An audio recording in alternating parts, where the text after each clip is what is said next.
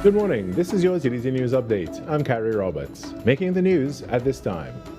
Trinidad and Tobago is taking steps to boost local poultry production and reduce its dependence on imported chicks and hatching eggs amid ongoing supply challenges. The Ministry of Agriculture and Fisheries has opened an expression of interest for a large-scale poultry breeding and hatchery facility to be established here through a public-private partnership. The facility would produce fertile eggs, breeder stock, and day-old chicks locally for both the broiler and layer industries. The move is aimed at strengthening the local poultry value chain while reducing the impact of disruptions to international supply chains. In the short term, the Netherlands has been approved as an additional source of hatching eggs and live chicks, joining the United States. The ministry says having another approved supplier will reduce the country's vulnerability to disruptions from a single source. It says the longer-term goal is to establish local hatchery capacity, helping to strengthen food security, conserve foreign exchange, and provide greater stability for farmers and consumers. In other news, the Caribbean Court of Justice has introduced a new system for determining which judges will serve on its various panels. Under the revised approach, all members of the court are expected to participate in panel hearings unless a judge is officially excused for a valid reason. The CCJ says the changes are designed to make the distribution of judicial duties more transparent and consistent, while also providing greater flexibility and supporting the efficient delivery of justice. Under the new structure, panel leadership will be assigned to the court's president and its two longest-serving judges. The revised arrangements are effective immediately. In more news, Second Vice President of the Trinidad and Tobago National Nurses Association, Letitia Cox, toured several health facilities across Tobago on Thursday, meeting with nurses and other healthcare professionals as she ramped up her campaign for the upcoming TTNNA elections.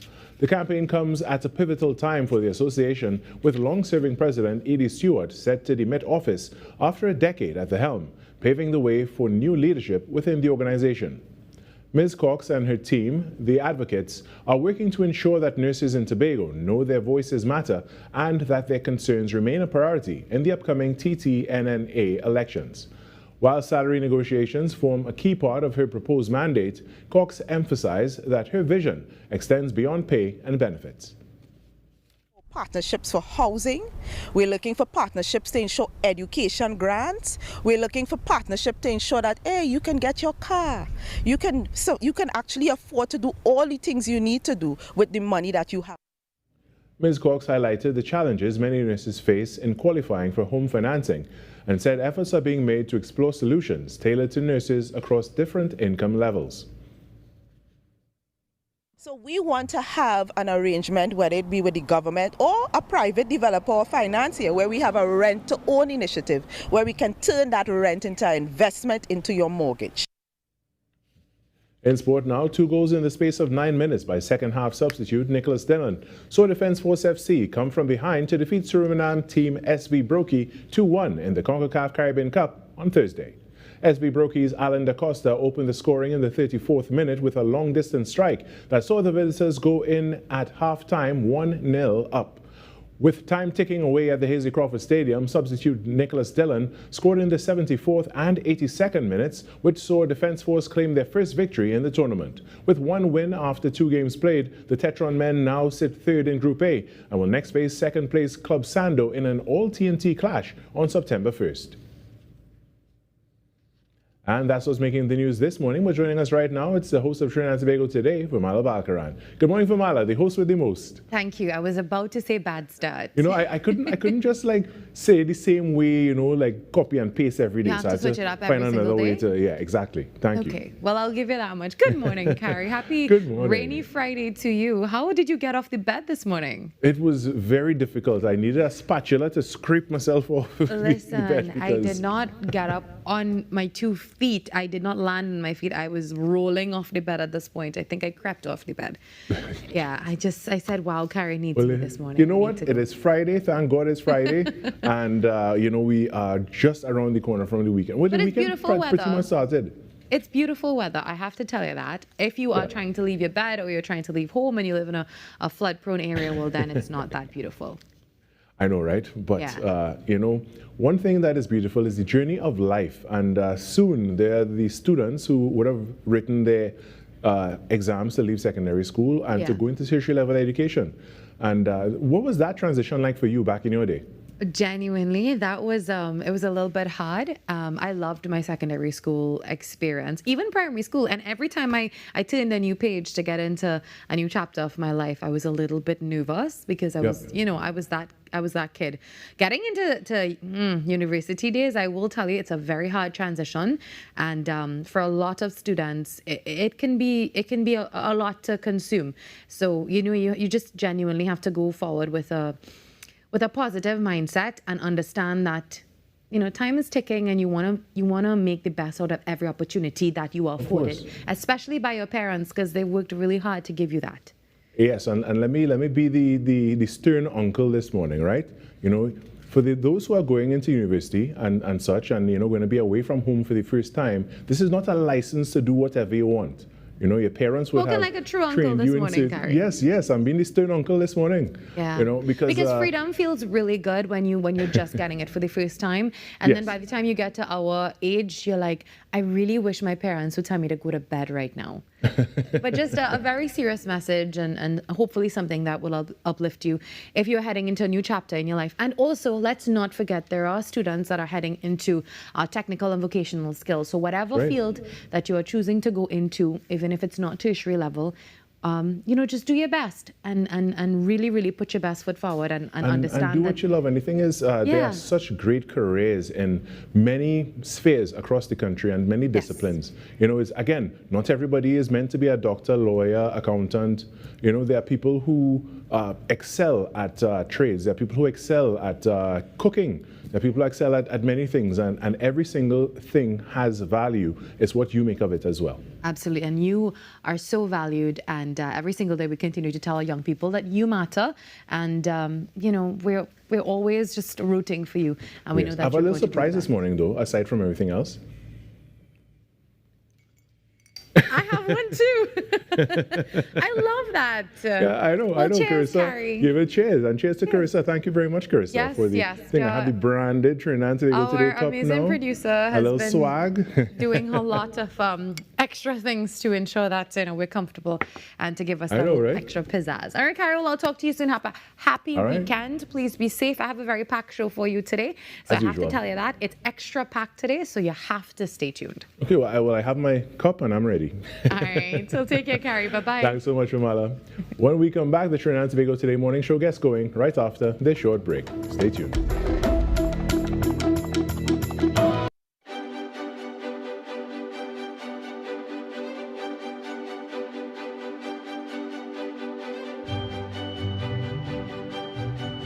Welcome to 1020 with yours truly, Junior K. Open day. Big things happening at CTS College. Joining me inside this challenging 1020, we have Charles, of course, MBA student and lecturer. Are you ready?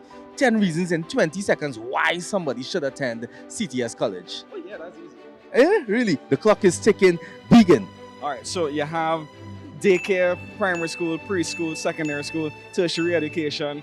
It's convenient, it's flexible. There's a lot of payment plans that's available. A lot of the courses available online, and most importantly, student support like crazy. Whoa, with 3 seconds left. Watch now, Charles. You aced it. Big up to CTS College, man. 1020.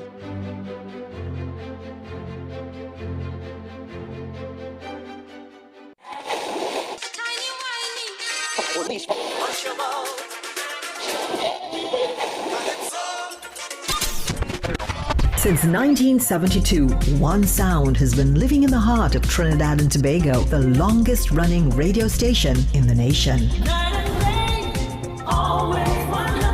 We're your holiday soundtrack, whether it's on your day off, long drives, or house lives. We are always sweet.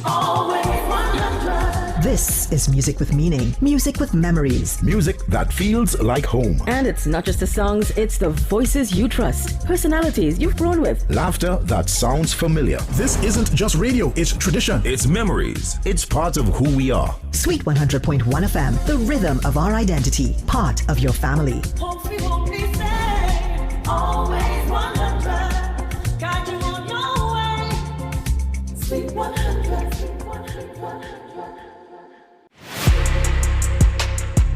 Jamila Bannister, host of the Socially Safe podcast, the new TTPS podcast where we share real stories, teach real lessons, and create real impact. From online safety and youth crime to community policing and personal responsibility, we go beyond the headlines and talk about what's happening in our communities with the officers and experts who are on the front lines. Because safety starts with awareness, conversation, and action. Tune in to the Socially Safe podcast on the TTPS YouTube channel, listen on Apple Podcasts and on Spotify. Don't miss it. Watch on TTT, Mondays 6 p.m., Tuesdays 1:10 p.m. TTG News every night at 7. TTG News, committed, accurate, relevant.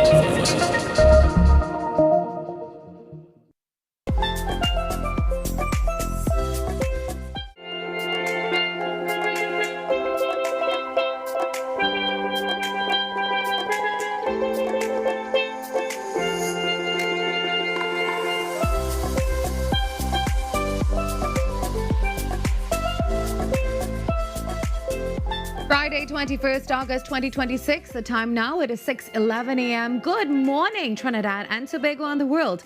I'm Virmala Balkaran and welcome to Trinidad and Tobago Today. Let's take a look now at what's trending this morning. Did you pass along the Beetham Highway yesterday when all of this was happening? And according to police, a pursuit ended with a vehicle crashing into a marked police pickup and overturning near the NP gas station. And police say the driver allegedly ran a red light and failed to stop when officers attempted to intercept him. He was taken to hospital and remains under police guard. And checks reportedly found that he had never been issued a driver's license. He's expected to face charges including driving without a license or insurance, driving dangerously, and failing to obey a red light. The crash also caused significant traffic delays along the Beetham Highway. I'm sorry if you experienced that yesterday. It was pretty awful. And recent reports and disturbing footage of suspected animal cruelty, and you know how I feel about that, have caused anger and absolute heartbreak across Trinidad and Tobago. But beyond sharing or commenting, it is important to know how to formally report suspected cruelty. So let me tell you that now. If you witness it, safely document what you can, including photos or video, the date, time, location, witnesses, and the vehicle details, if any. Preserve the original evidence. Then you make a formal report at your local police station. And please request a receipt or a station diary extract. Then you can also contact the Ministry of Agriculture on 877-8888, also 877-6253 or 772-2474. And also on August 18th, the Minister of Agriculture and Fisheries, Senator the Honorable Ravi Ratiram, met with animal welfare activists at the ministry's head office, where they presented proposals aimed at strengthening animal welfare and promoting responsible animal care. We really enjoy seeing this. The ministry says it remains committed to advancing initiatives that promote humane treatment, responsible ownership, and the protection of welfare of animals. Do not confront anyone if it could put you or the animal at risk. And to some sport news now. CPL 2026 traffic restrictions around the Queen's Park Oval. And traffic restrictions will be in effect around the Queen's Park Oval during the upcoming Caribbean Premier League T20 matches. I remember those restrictions when I used to work in the vicinity of the Queen's Park Oval. And boy, oh boy, if you're working there, it can be a real headache. The restrictions begin on Wednesday, August 26th and will be in place for 5 match days through September 2nd. Listen carefully. Parking will be prohibited along sections of Tragrate Road, St. Clair Avenue, and also Sweetbriar Road. Motorists will also be prohibited from driving and parking along sections of Elizabeth Street, Sweetbriar Road, and Havelock Street as well. Now, these restrictions vary by match day, with the earliest beginning at 2 p.m. on August 31st and others starting between 4 and 5 p.m. Motorists are being urged to plan ahead and pay attention to the temporary traffic arrangements. And a warning for you this morning: vehicles parked in breach of the order may be removed and impounded, and we really don't want that. Well, still ahead on Trinidad and Tobago today, we're talking CXC results beyond the grades with teacher Stefan Fellman. And as Prostate Cancer Awareness Month approaches, Professor Hubert Daisley joins us with an important message for men about knowing their risk and also getting screened.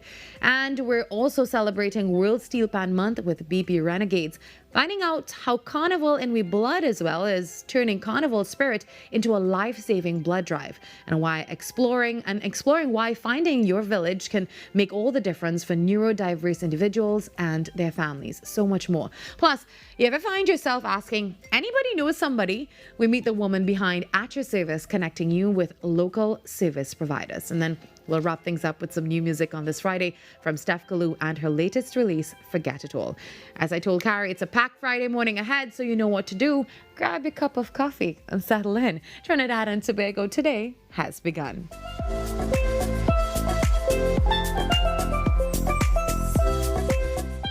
Every client deserves expertise, integrity, and guidance they can trust. At Camino Realty International, we deliver integrated real estate solutions, sales, rentals, property management, and project development. Driven by excellence, transparency, and innovation, we protect value, create opportunity, and build lasting success. Because real estate isn't just about buildings. For more information on our services, log on to CaminoRealty.com or follow us on social media at Camino Realty TT. Camino Realty International, elevating lives one property at a time. Being connected, it means a lot because, first of all, you can't do this by yourself. When you have your phone, you always have somebody at your side. I could call for help, anything going like, I'm giving children the opportunity to experience outside of their neighborhood. Digital is kind of a comfort, you feel good that people in your lives are always able to be contacted. I was with the other network and I was having problems, so I joined Digicel and I never regretted it. The CZIT UNICEF National Secondary Schools Climate Quiz returns to TTT for an exciting new season. Look out for our students showing their knowledge about climate change and what we need to do in small island developing states. Test your knowledge and support your favorite team. 9 episodes plus repeats starting August 22nd, only on TTT.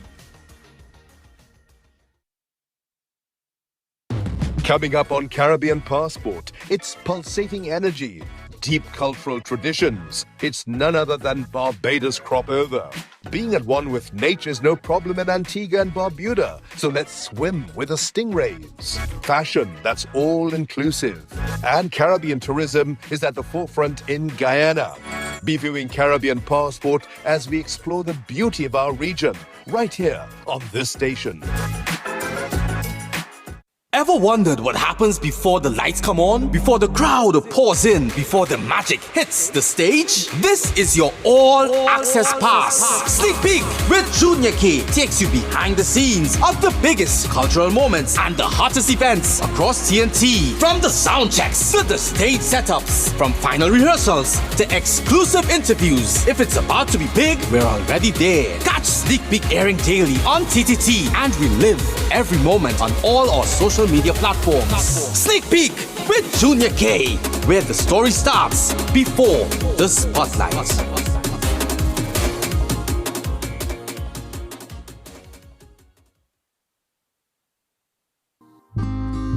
You are dearer to me than all the stars. So many wish but never reach. 'Cause when I'm falling and all the world seems dark, you help me find my peace. Oh, shun mi ba fishani. Oh, shun mi ba yeah. Oh, shun mi ba fishani. Arubita, yeah, yeah. Yeah, yeah, yeah, yeah, yeah, yeah, yeah, yeah, yeah, yeah, yeah, yeah, yeah.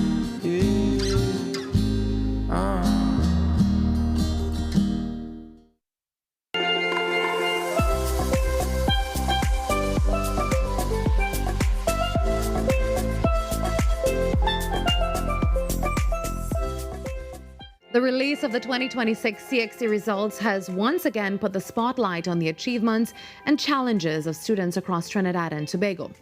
But behind every grade is a teacher who has spent months and sometimes even years encouraging, challenging, and supporting students, particularly those who may face circumstances outside of the classroom that can really make succeeding even more difficult. Our next guest this morning is Stefan Feldman, an economics teacher at the Morval Laventil Secondary School and a familiar face on social media where he uses humor and relatable content to connect with young people. And following the release of the CXC results, Stefan shared an audio from one of his students proudly telling him that he passed his subject. Let's take a listen. Yeah, Mr. Feldman, you see, I ain't embarrassed you. I still pass your subject. Thanks for believing in me. It was nice. You dig?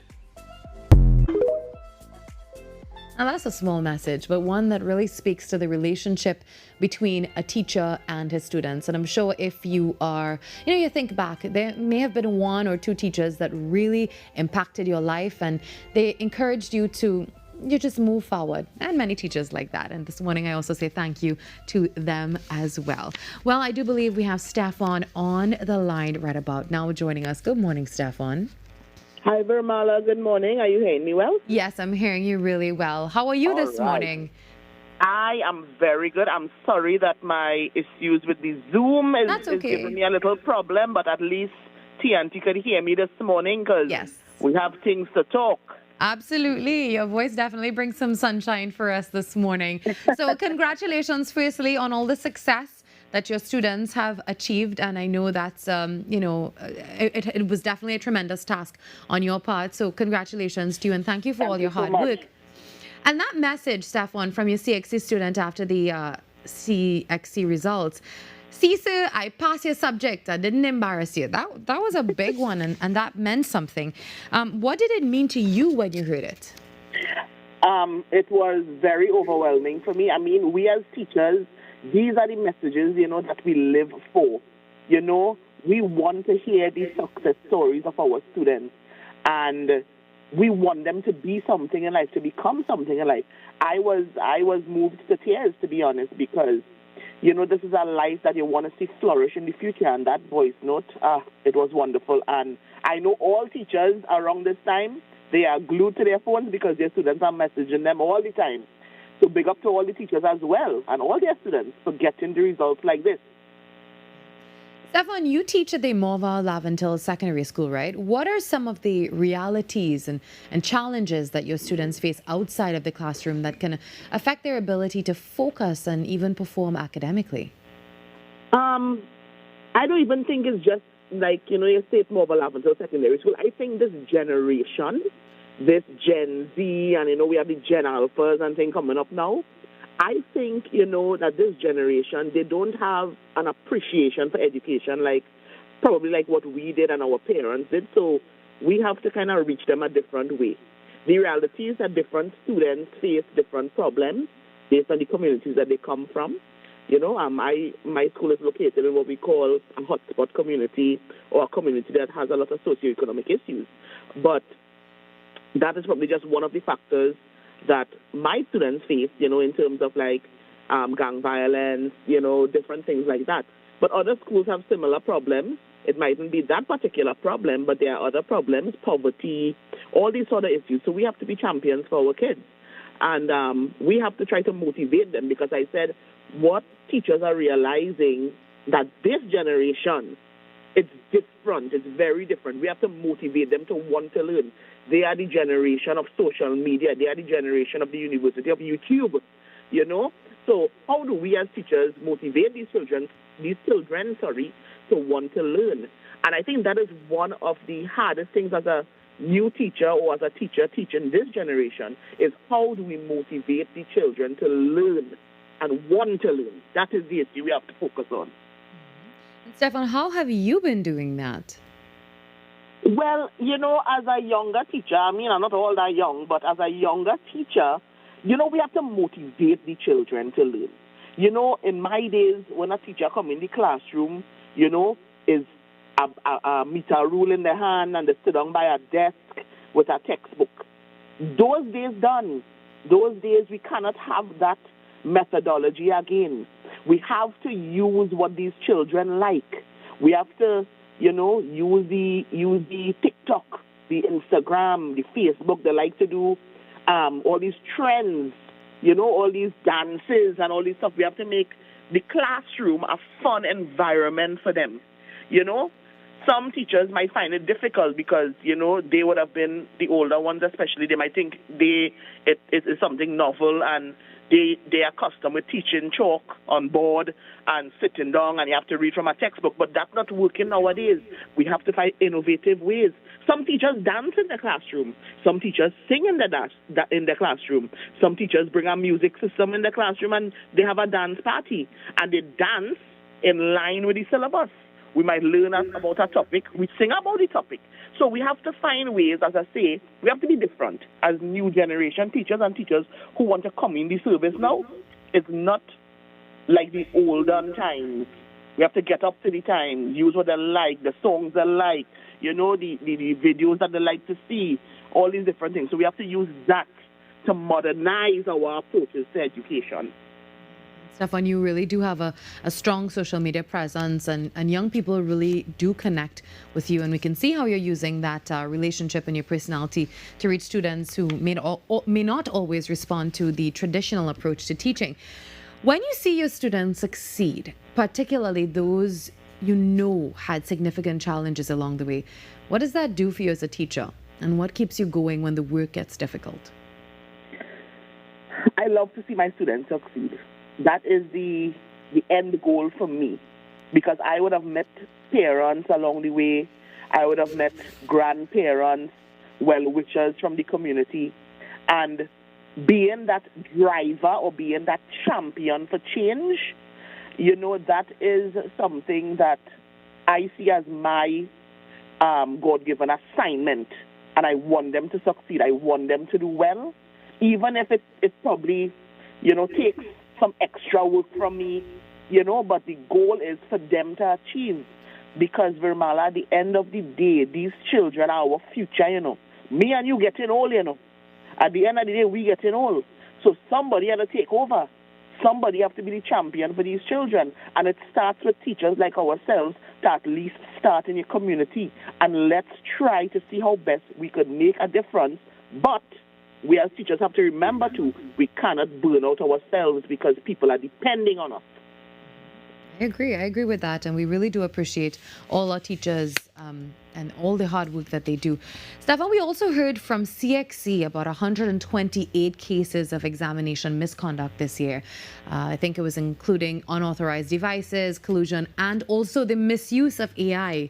From your perspective as a teacher, what do you think is driving some students to cheat, and how do you think we can address that? Well, you see, Virmala, what I'm thinking, from my understanding and from my being in the service as a teacher for the last couple of years, I think we have a lot of expectations, not teachers per se, but we have some demanding parents and some demanding adults. It stems from even at the SEA level, that exam is an exam that is so stressful, not only for the child, but for also the parents as well. And the parents, some of these adults, they may have like a big stick over the children. You have to pass. You have to pass for your first choice. So that's moving straight up now into the secondary school with the CXC. So we have some parents saying, boy, you have to make sure you get your 8-1s, you have to go university, you have to be a doctor. So these children are pressured by not only their parents, probably by society, by their community, even by probably things that they see on TV or even social media. Some of these children are pressured to do well, and it makes them anxious. They become, anxious to do well, and because of that, oh gosh, I mightn't remember this. Let me try to see if I could cheat a little bit, because they feel pressured by society. But we have to remember as adults and educators that even if a child will pass an exam one time, or even if they don't succeed at the first time that they write the exam, there is always another time. I don't know why some persons believe that, this is the be-all and end-all, this one exam, but we have time. Even if you don't get your subject today or you don't pass your first choice or whatever it may be, there's always time. So that pressure needs to come off. We need to stop pressuring our kids because we are driving them insane. Now, Stefan, I know CXC is also making changes to the SBAs because of concerns surrounding AI as well, including moving away from traditional SBAs in several non-practical subjects. Very different from our time. What do you think your students will actually make of that change? Well, they say that the only constant thing in life is change. I think when it is going to be introduced, I think it will have an impact on the kids because they're so accustomed with, teachers assisting with the SBA. Along the lines, we always assist, they bring a part, we check it. We help them immensely with a physical SBA, where the teacher holds their hand during that process. Now, with this new paper 3, where they will try to introduce soon, that is an exam that they will have to write again without a teacher holding their hand. There may be provisions made for that paper 3, including going in with lesson notes and you might get the topics beforehand, etc., for this particular replacement for the SBA. But at the end of the day, they wouldn't be coddled as much as with an SBA where they could come to the teacher, sir, miss, how to change this, what to do, how can I improve? So with that change, it might be a bit frightening for them, but I think it's a good initiative that CXC is implementing because, as we know, these students are rapidly gaining such skills in the use of AI that sometimes it's hard for us to decipher as teachers. So I really, really think that this paper 3 component that they are bringing in will reduce that, dependence on us holding the students and coddling them. So they have to do a lot more independent thinking and learning to write that paper 3 exam. Stefan, before I let you go, tell us what keeps you motivated to continue to really go that extra mile for your students, and what is the one thing that you wish every teacher and parent and student would understand about helping our young people succeed? At the end of the day, we as the adults in Trinidad and Tobago have to remember that the children are our future. As one person told me, a long-time teacher, those long-time teachers have sayings. They had a saying, that person told me, that a teacher may plant a seed today and they may never live to see it bloom. And that kind of stayed with me because we make impacts every day. But we alone cannot help our nation's youth. The teachers are not the parents. We have to work with the parents. We have to work with the community. We have to work with our teachers. And all of us working together will help better these children and make them ready to be good citizens for our country. That is what we have to do. And what keeps me motivated is just seeing how I can make a change and I could make a positive difference in the lives of our youth. I want them to succeed. I want them to do well. And I just want them to know that even if you fail today, there is time for you to continue to do something to be a success. Success does not happen today for tomorrow. It takes some time. So even if you fall down, get up. Once you get up, you will be fine. And I want to thank you for this interview this morning, and I want to big up all my teachers in the country, in Trinidad and Tobago, in the Caribbean, the world. Big up all the teachers because it have really, really, really good teachers out there. And I want to thank you all for your service. Big up all your whole self, teachers. Big up all your whole self. Thank you. Thank you, Stefan, and thank you for your hard work. We really do appreciate everything that you continue to do for our students, and we appreciate this conversation. Have a good day. Hopefully you'll be back soon in studio with us. Call me when you're ready. Thank you. Have a good day. I definitely will. Stefan Feldman joining us this morning. Sometimes a simple message saying, "Sir, I passed." It's really a reminder of how much that support can matter. We have a special video now for you to take in, and then we head to a break. I'll see you in just a couple minutes. Guys, and today is World Day of the Boy Child, and today we are doing a special video project entitled Dear Future Self. So come along, let's see how it goes. Dear Future Mary, change the culture by leading and guiding with positive examples. Dear Future is here. be a role model and guide boys my age away from gangs and towards people. Their future dreamer, use your voice.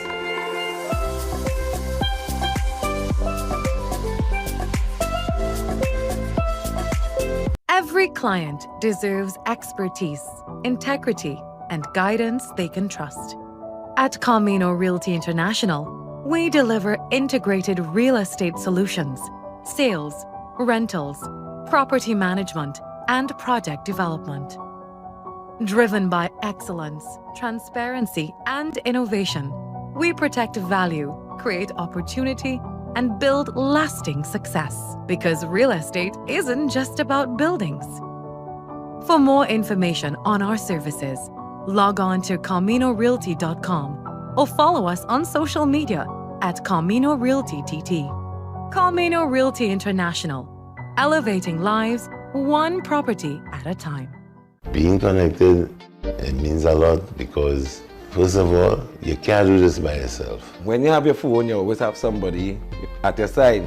I could call for help, anything going like, You know, I'm giving children the opportunity to experience outside of their neighborhood. Digital is kind of a comfort, you feel good that people in your lives are always able to be contacted. I was with the other network and I was having problems, so I joined Digicel and I never regretted it. Resilient, brave, worthy. 12 majestic women, 12 majestic journeys.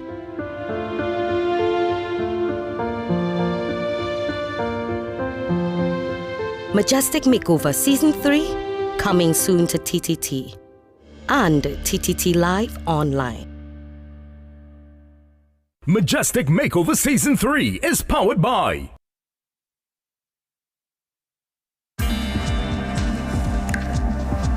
we're now on the cusp of learning how AI is interacting with the tools that we have been using. So now increasingly, we're using AI to fine-tune both the treatments that we're giving and also to help us with the complex decision-making. Be viewing Caribbean Medical TV on this station.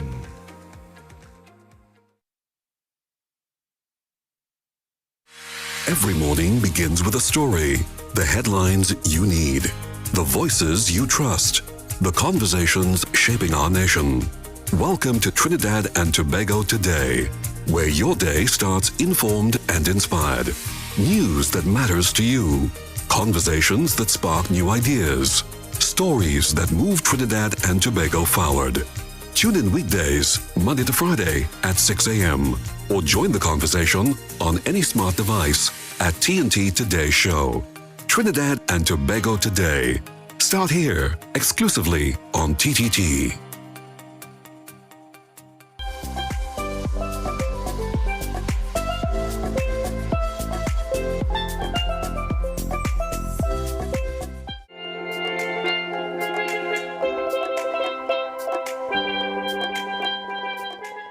September is Prostate Cancer Awareness Month, putting the focus on early detection and encouraging men to get tested, particularly those at higher risk. And today, we're looking at the risks, the warning signs, the screening, and what men need to know about prostate cancer. And joining us this morning is Professor Hubert Daisley, former chairman of the UWI St. Augustine and chairman of the Northwest Regional Health Authority. Good morning and welcome, Professor. How are you this morning? I am okay. What about you? I'm doing great. It's a lovely rainy morning, and it's a great morning to have a very impactful conversation like this one. So, Professor, let's start with the basics. What exactly is prostate cancer, and how does it develop? Well, prostate cancer, like any other cancer, develop with a group of cells within the prostate gland. In a normal organ, growth of cells are regulated and are controlled. The cell grows, it dies, it's replaced by normal cells. In the case of prostate cancer, the cell grows, but it continues to grow and it just does not stop growing. Now, the growth of a cell, any cell, is controlled and determined in what we call the DNA. And in the case of in the case of cancers, there is uncontrolled growth. The growth no longer responds to signal to stop. So you have this continuous growth of this group of cells, which overrides the gland, gets out of the gland. Some of the cell gets out of the gland, gets into the bloodstream, and spread to other organs. And when it lands in other organ, it also grows and then outgrow the organ, and with destruction and death eventually taking place of organs and ultimately death of the individual.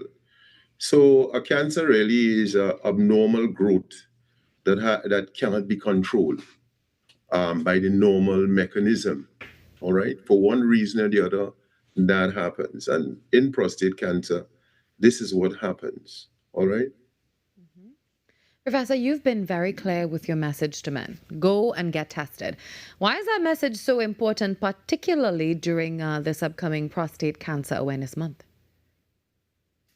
The thing about it is that there have been a number of studies, especially located in Trinidad and Tobago. In fact, Dr. Alan Patrick, who is now deceased, did some formidable studies when he was alive on prostate cancer in men in Tobago.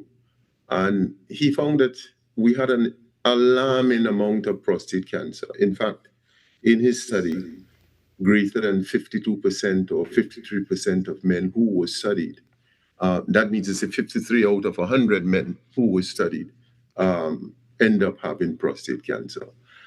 So it's very important that we are aware of this sort of thing. And the fact is that, hey, a lot of this prostate cancer starts, it has a very protracted period of growth.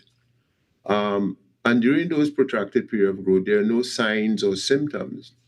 I mean, the prostate gland sets out some signals, as you grow older, where you would begin to have frequency, nocturnal, you get up in the night, you have to pass urine and what have you. So those signs would probably come on later, and they may not be prostate cancer. You have other things that could go on in the prostate, like you have what we call hyperplasia, where the gland gets very enlarged. And this probably would occur in all men as they grow older. However, as I said, in many instances, you don't have any early or warning sign, but the disease is there. And hence the reason for doing early testing. Professor, you've also raised concern about the prevalence of prostate cancer among Black men, particularly men over 50. What are we seeing locally, and why is this group considered to be at a greater risk? Yeah, well, this is something that is global. When he did his study, he found that there was an alarming amount. In fact, prostate cancer was more or less in epidemic proportion in Black men. All right. Now, one must bear in mind that all men would have risk of developing prostate cancer.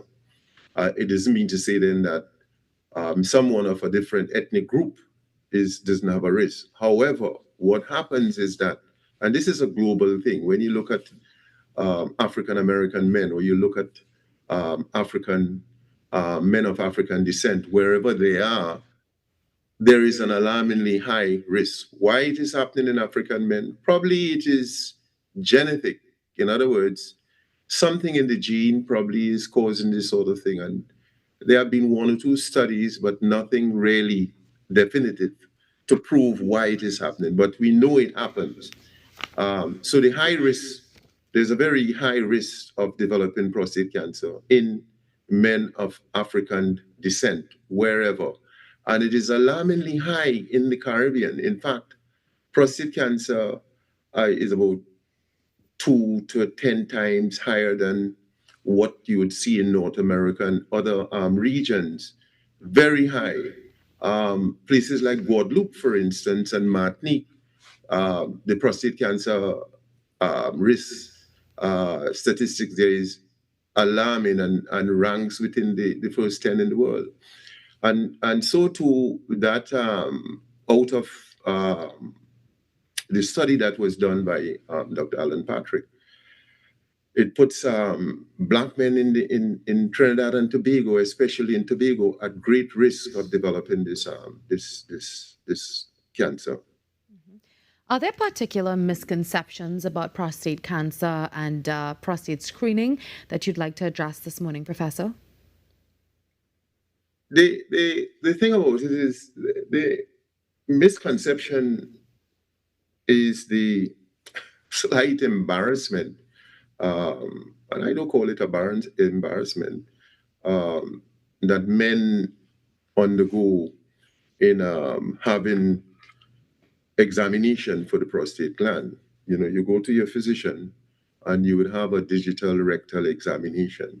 And I think men feel a bit embarrassed with that. But that examination lasts less than a minute. So there is no fear about it, nothing strange about it. And so one should consider, hey, you know, that little examination could save your life. That little examination could determine whether or not you have early prostate cancer or late prostate cancer. So if I had a choice, I would choose to have my digital rectal examination in less than a minute and then proceed from there on to further screening to determine whether or not I have prostate cancer, where it is early, where it is late. Your physician is going to determine that for you. And then the appropriate treatment would be tailored for whatever disease and at whatever stage you have that particular disease. My final question for you this morning, for the man who's watching this morning and who's over 50 and feels perfectly healthy and never been screened, what would you say directly to him, Professor? Look, you should pay attention to your health. You know, your health is all that you do have.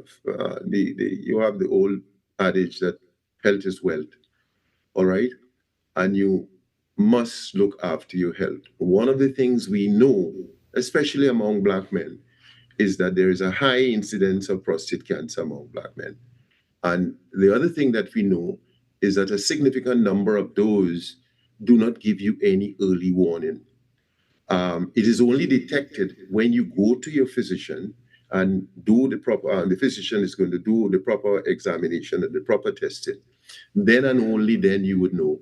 So you may feel it, you may be feeling, you know, pretty normal, but you're harboring early prostate cancer. So it is very essential that you have your regular yearly checkup. And I would not say at 50, I would say, hey, beginning at 40, beginning at age 40, you should, as a man, have early physical examination, health examination. 50, yes, but I would advocate 40, all right? At age of 40, have your regular health check for all sorts of things, one of which is going to be for prostate cancer. And if it is detected early, there would, you know, marvelous treatment, and your life expectancy would be greatly increased. In fact, if it is detected early and treated early, you could have a life expectancy as a normal person who does not have prostate cancer. So the warning is, hey, don't be idle, don't be fooled because you're not having symptoms. We know that if we take 100 men, you know, and do biopsies on these 100 men, at least 52% of those people, according to Patrick study, would have prostate cancer, and they don't know, all right? So take that warning as a man and do your yearly checkup. And I think beginning at 40, you should do your yearly physical, you know, so as to maintain good health and know what is going on in your body. And if in fact you have an early cancer, it is better treated then rather than if it has spread and gone to other parts of the body. Thank you very much, Professor, for joining us this morning. And hopefully we'll talk to you again as we're approaching Prostate Cancer Awareness Month. Have a good day. Thank you. All right, the message is clear. Do not wait until something is wrong. Know your risks. Speak to your doctor and get screened when appropriate. Please, a simple conversation and timely testing can really make all the difference. And that, again, was Professor Hubert Daisley, former chairman of the UE, St. Augustine, and chairman of the Northwest Regional Health Authority. The time now 10 minutes before the top of the hour. We take a short break and come back.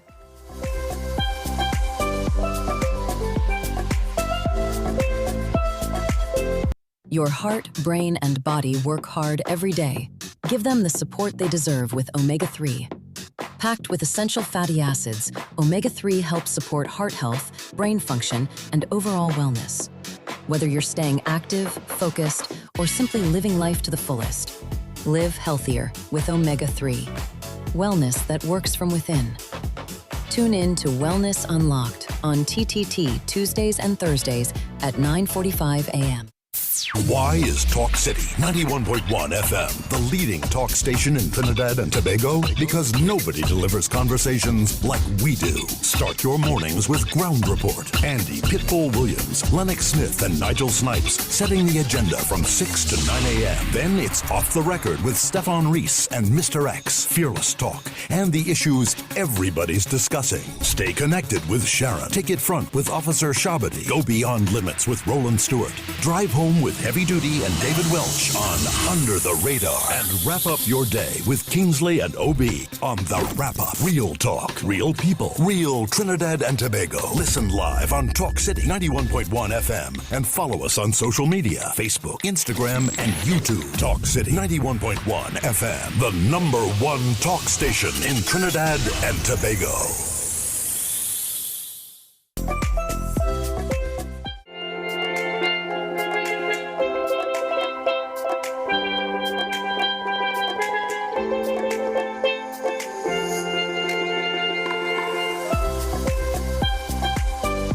As we continue to celebrate World Steel Pan Month, we turn the spotlight on one of the most successful and respected steel orchestras in Trinidad and Tobago. With roots dating back to 1948, BP Renegade Steel Orchestra has built an extraordinary legacy, capturing 13 national panorama titles while taking the sound of our national instrument around the world. But beyond the trophies, Renegades is also focused on celebrating and developing the next generation and ensuring that its legacy continues to evolve. Joining us this morning, no stranger to the show, is Colin Graves, president of the BP Renegade Steel Orchestra. Good morning, Colin. Good morning. I haven't seen you in quite a while. I know. How you doing? I'm doing good. Happy World Steel Pan Month. Happy World Steel Pan Month. And You my apologies for being a little hoarse. It's all the powder. It was pan and powder on Wednesday. Oh my! You know the young people. It was a movie. Yeah. Ooh, it was. Yeah. It was a thrilling. Well, I'm glad you had a good time. I'm going to ask you about that a little later on. But Colin, let's begin here. Renegades has been around since 1948. What do you think has allowed the band to remain such a strong institution after so many decades? Oh, that's a great question. I would say definitely structure.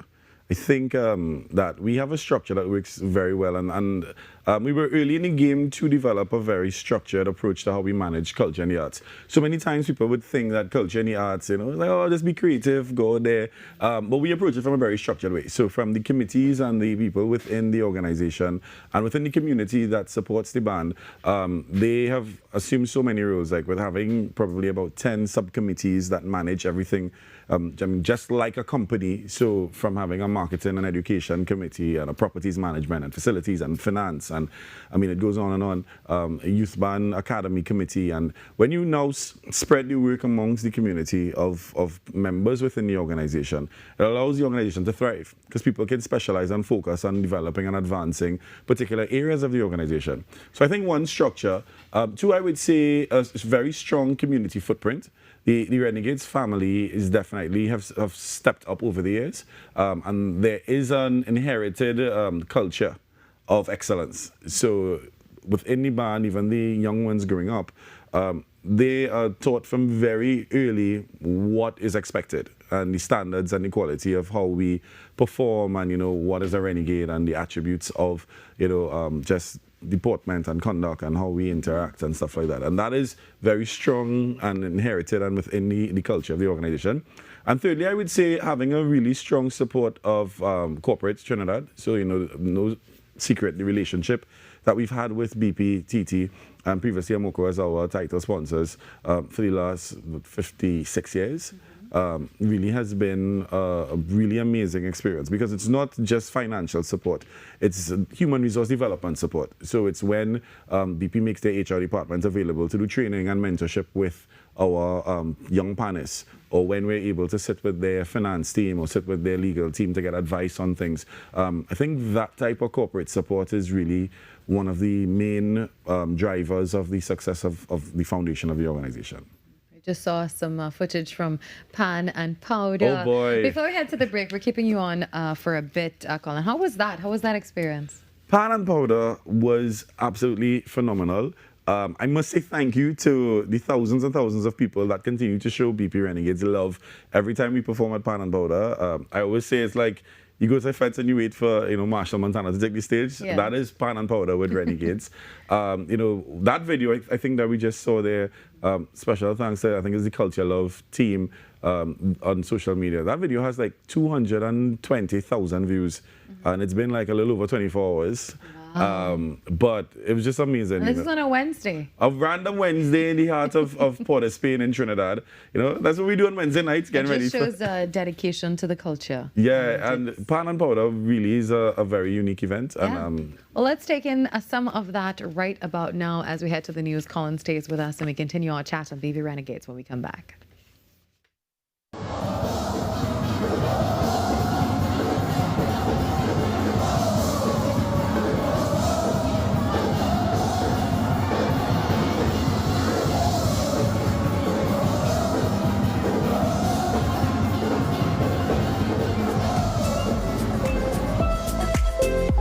The conversations shaping our nation, the decisions affecting our future, the issues impacting you.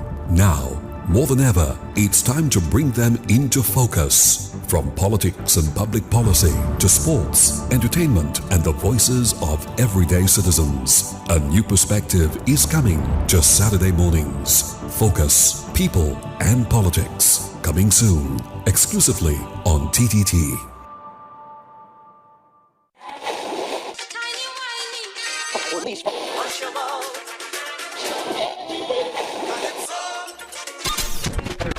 Since 1972, one sound has been living in the heart of Trinidad and Tobago, the longest running radio station in the nation. We're your holiday soundtrack, whether it's on your day off, long drives, or house lives. We are always sweet. This is music with meaning, music with memories. Music that feels like home. And it's not just the songs, it's the voices you trust, personalities you've grown with. Laughter that sounds familiar. This isn't just radio, it's tradition. It's memories. It's part of who we are. Sweet 100.1 FM, the rhythm of our identity, part of your family. Always 100, guide you on your way. Sweet 100. Being connected, it means a lot because, first of all, you can't do this by yourself. When you have your phone, you always have somebody at your side. I could call for help, anything going like, I'm giving children the opportunity to experience outside of their neighborhood. Digital is kind of a comfort, you feel good that people in your lives are always able to be contacted. I was with the other network and I was having problems, so I joined Digicel. And I never regretted it.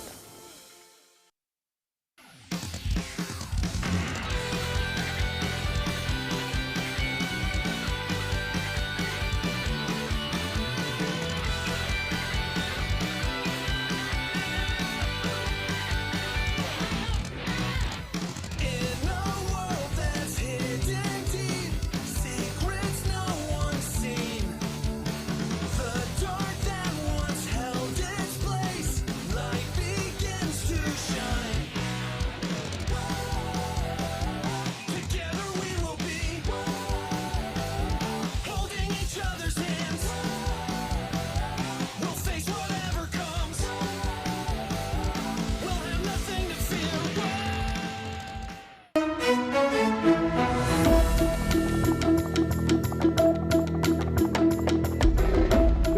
This is your TDT News Update. I'm Carrie Roberts. Making the news at this time. The Trinidad and Tobago Bureau of Standards is now under new leadership, following the formal presentation of letters of appointment to its newly constituted Board of Directors by the Ministry of Trade, Investment and Tourism. The ministry says the new board will play a key role in advancing the organization's renewed direction, strengthening Trinidad and Tobago's national quality infrastructure while supporting business performance, boosting consumer confidence, and enhancing competitiveness in regional and international markets. The board is chaired by Prem Nanlal, with Avion Rayan Oliver serving as vice chairman. Other directors are Christine Gildari, Alicia Mohammed Stevens, Shivanan Musai, Sean Fillmore Martin, Nasa Hussein, Joy Roma Santo, and Imtiaz Haider Ali. The ministry says it looks forward to working with the new board as efforts continue to strengthen the country's quality infrastructure and support a more competitive, confident, and export-ready Trinidad and Tobago. In other news, a recommitment to preserving the pristine nature of the Caroni Swamp has the Nanan family and their tour company continuing a legacy that spans more than a century. Known for introducing visitors to the swamp's rich biodiversity, the operators say their mission today goes far beyond tourism. Their efforts are focused on conservation, environmental education, and safeguarding Trinidad and Tobago's national bird, the scarlet ibis, while helping to protect one of the country's most important natural ecosystems.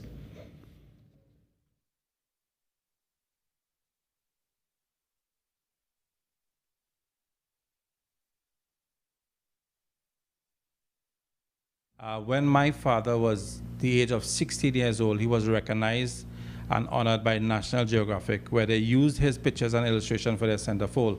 And then they took him under their bosom, and they trained my dad to be one of the top ornithologists in the Caribbean. Winston Nanan was known for it. He was like a walking encyclopedia.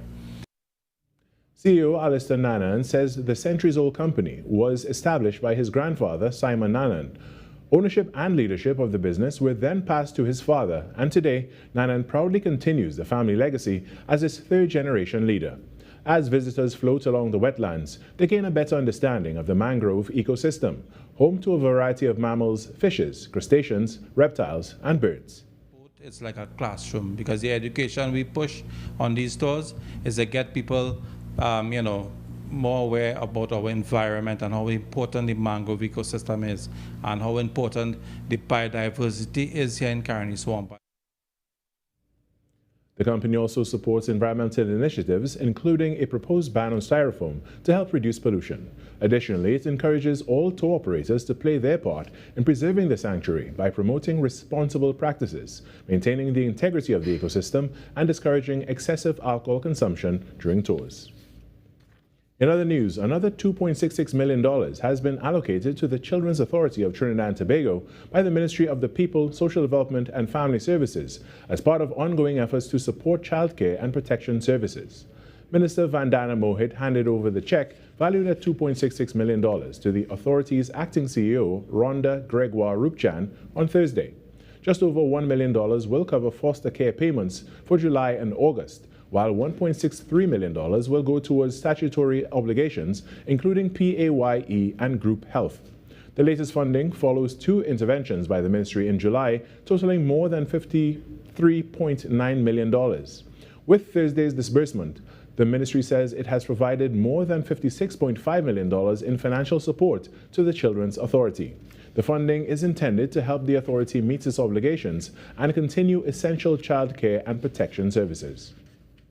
In sport, top-seeded Anaya Patricia Roberts delivered an unbeaten performance to guide the Trinidad and Tobago female contingent to victory at the Central American and Caribbean Tennis Confederation Under-12 qualifiers on Thursday at the National Racket Center in Tacarigua. Roberts secured wins against the #1 players from Guyana, St. Vincent and the Grenadines, Suriname, St. Kitts and Nevis, ensuring Trinidad and Tobago's dominance in the competition. Alongside teammates Tia Wellington and Zara Walker, TNT will now advance to the next stage of the international tournament in Mexico. And that's what's making the news at this time. When we come back after the break, we get into the second hour of Trinidad and Tobago Today. Stay tuned. Every client deserves expertise, integrity, and guidance they can trust. At Camino Realty International, we deliver integrated real estate solutions, sales, rentals, property management, and project development. Driven by excellence, transparency, and innovation, we protect value, create opportunity, and build lasting success. Because real estate isn't just about buildings. For more information on our services, log on to CaminoRealty.com or follow us on social media at Camino Realty TT. Camino Realty International, elevating lives one property at a time.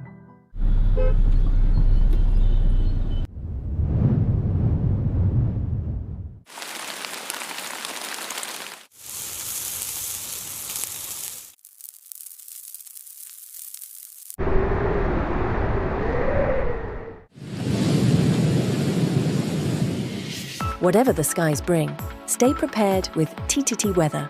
Committed, accurate, relevant. The CSIT UNICEF National Secondary Schools Climate Quiz returns to TTT for an exciting new season. Look out for our students showing their knowledge about climate change and what we need to do in small island developing states. Test your knowledge and support your favorite team. 9 episodes plus repeats starting August 22nd, only on TTT. Coming up on Caribbean Passport, it's pulsating energy, deep cultural traditions. It's none other than Barbados crop over.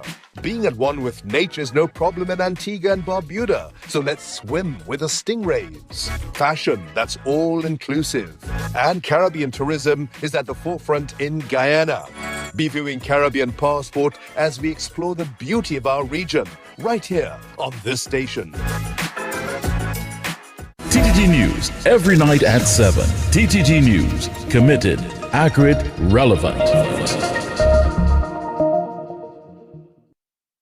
Up for this exciting challenge and confident about your business? If you are, the 1020 feature is just what you need. It's where you give your customers 10 reasons in 20 seconds why they should shop by you. This fun-filled feature will be captured, packaged, and aired on television and promoted on social media simultaneously. Small, medium, and large businesses call or WhatsApp 764-3378 or 313-4215. Let's feature your business. 1020 with Junior K. It's affordable, effective, and fun.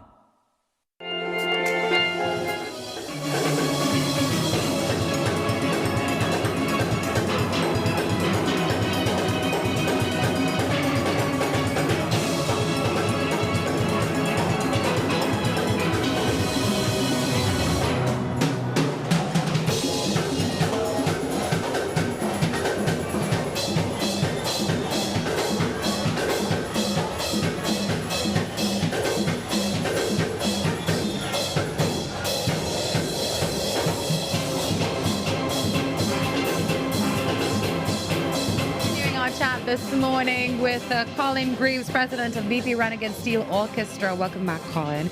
Now, beyond competition, Renegades has a responsibility to develop young pianists. What does your youth development program look like, and how are you attracting young people to the instrument? So the Renegades Youth Steel Orchestra is a real iconic part of the organization now. In their 26th year, so this is 26 years that we've had a youth steel orchestra. We're probably one of the first senior steel orchestras to have a dedicated youth program like this in a formalized way. And it initially started as both an anti-crime program or initiative to keep young people actively and positively engaged in something, and the music was the platform for that. And also to become a feeder band for the senior orchestra. And since then, they've amassed a fantastic reputation and track record. Every single time that they've entered the Junior Panorama competition, they've placed in the top 3. So for 26 straight years, we've placed in the top 3. There's no other band in any category with that type of track record. And of those 26 top 3 placements, we've won 13 times, right? So I'm placing second this year, just edged out by a point. We have a fantastic team there, but the current chairman of the youth orchestra and the youth academy, Keil Newton, was the first captain of the youth band in 1999 into 2000. So it all came full circle, you know. His wife, he met his now wife in the band in 2000 as well. Their daughter currently plays in the band as well. And similarly, the story of the arranger and the music director, Andrew Charles, would have also grown up in Renegades as well, and now he's back as the music director, leading the charge. But the development is not just on music, it's a holistic development program. So we have Dr. Jit Samru Bursary, that's funded by BPTT. So it's the BP Jit Samru Bursary, where we give scholarships to young partners within the organization to pursue their academic studies. So we've had students from the youth orchestra selected who've been funded to go to university, to study abroad, to do different things like that. And in return, they come back to the orchestra and to the community and render their services. So we have Michael Niels. He was the first recipient of the Jit Samru Bursary, and now he's the music teacher in the Music Academy, where we actually have 155 children with a huge music academy for kids, split into 3 different segments. So beginners, intermediate, and a more senior stateside. And Niels teaches one, then we have Emmanuel Joseph, another recipient, who also is now back as one of the teachers in the Youth Academy. And Emmanuel went on to win the National Youth Award in Arts and Culture as well. So we teach them a lot of things. We teach them conflict resolution. We talk to them about, just behavior and attitude, instilling confidence in them. And, just creating a safe space where they can come and, have a recreational activity that teaches them things while aiding in their personal development. Colin, before we go, we just have a quick moment, but I have to ask you, what's your vision for the next generation of BP? So the next generation of Renegades, I think, is going to continue building on what we currently have, moving toward more and more self-sustainability projects, international touring, where the world's most toured steel orchestra. Touring is a big part of our revenue generation as well. So more and more tours all over the world. Last year we did Barbados twice, we did Germany the year before, the US, Canada. Like, we've toured all over 50 countries all over the world. So, just developing that, things like intellectual property and figuring out how to monetize money and stuff like that, and our music in different ways. Developing use of the facilities at the Panyard to make it more of a community inclusive space even further, where the community can now come and have activities. I want people to have their birthday parties and their weddings and their cocktail receptions at the Panyard. So we're just really envisioning the space for that. And of course, the future development of the youth program. I mean, we have over 150 kids now, but we would love to see that blossom and grow into having 200 children. We would have recently, also under the direction of Andrew, included some new instruments. So they don't only learn steel pan, they're learning percussive instruments. We have guitars and keyboards. There's a whole range of things. So just development on those different things, and just continue to grow and being an icon and an example for other bands to follow. Thank you very much, Colin. Always a great chat when you join us. And World Steel Pan Month really gives us an opportunity to not only celebrate the music, but also the people and the institutions that have carried our instrument forward over the many, many years. Well, thank you, Colin, and happy World Steel Pan Month. Happy World Steel Pan Month. And hopefully you recover from pan and powder. Yes, I need an internal power wash. Yeah, I agree with that. I can hear it in your voice. 13 minutes after 7 o'clock. Hopefully it's not too rainy on the roads. If you are heading out, please be safe. And this coming weekend, designated driver, if you'll be hanging out, please don't drink and drive. Well, we'll talk about that a little later on. We take a quick break and we come back with more.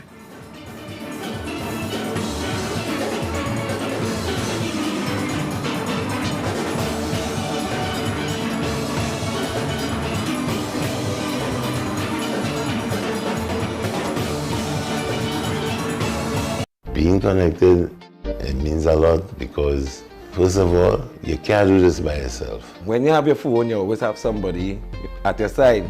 I could call for help, anything going like, I'm giving children the opportunity to experience outside of their neighborhood. Digital is kind of a comfort, you feel good that people in your lives are always able to be contacted. I was with the other network and I was having problems, so I joined Digicel, and I never regretted it. Every client deserves expertise, integrity, and guidance they can trust.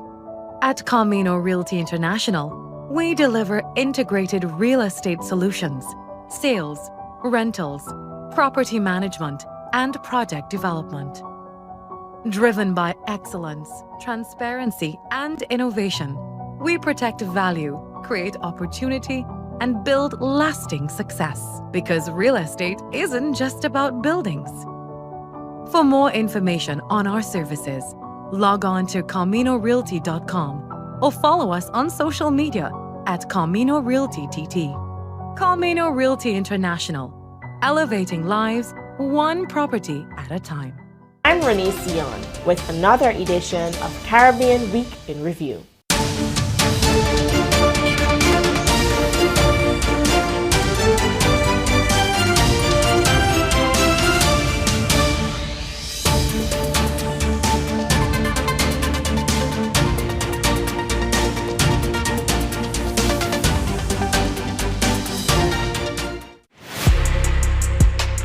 I'm Jamila Bannister, host of the Socially Safe podcast, the new TTPS podcast where we share real stories, teach real lessons, and create real impact.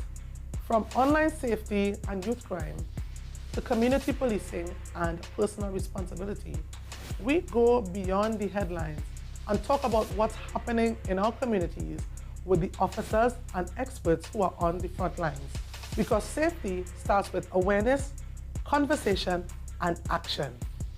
Tune in to the Socially Safe podcast on the TTPS YouTube channel, listen on Apple Podcasts, and on Spotify. Don't miss it. Watch on TTT, Mondays, 6 p.m., Tuesdays, 1:10 p.m.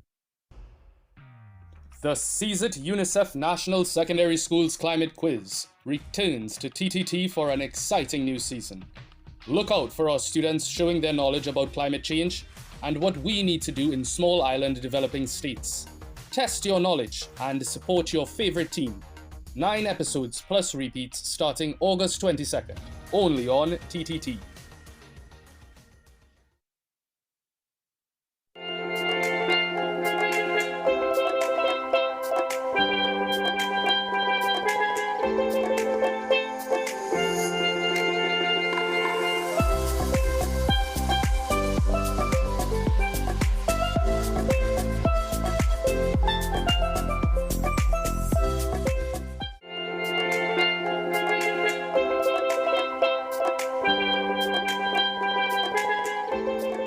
Carnival is part of our blood here in Trinidad and Tobago, literally.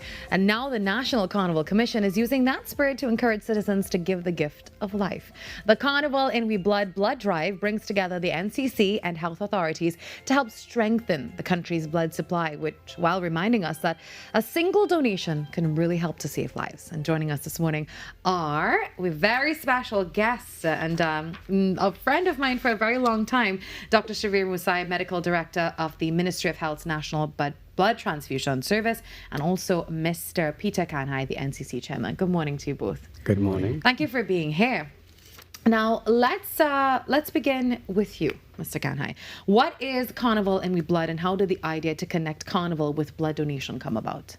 Okay, so the Ministry of Health would have reached out to us, as I believe they did with a number of corporate citizens, to partner with the Ministry of Health through the regional health authorities to assist in encouraging citizens of Trinidad and Tobago to donate blood as regularly as they can. I think it's twice a year, right? So that was something that we at the National Carnival Commission quickly jumped on to partner with the Ministry of Health and the Northwest Regional Health Authority, because I mean, the NCC is in the business of promoting and developing cultures. And so in this instance, we are trying to promote the culture of donating blood to the nation's blood bank and so on. Something we definitely need as well. Dr. Musai, let's put the need into perspective now. So how important is voluntary blood donation to maintaining an adequate national supply? Yeah, so that's a very good question. So to put things into perspective, we need about 45,000 blood donations per year.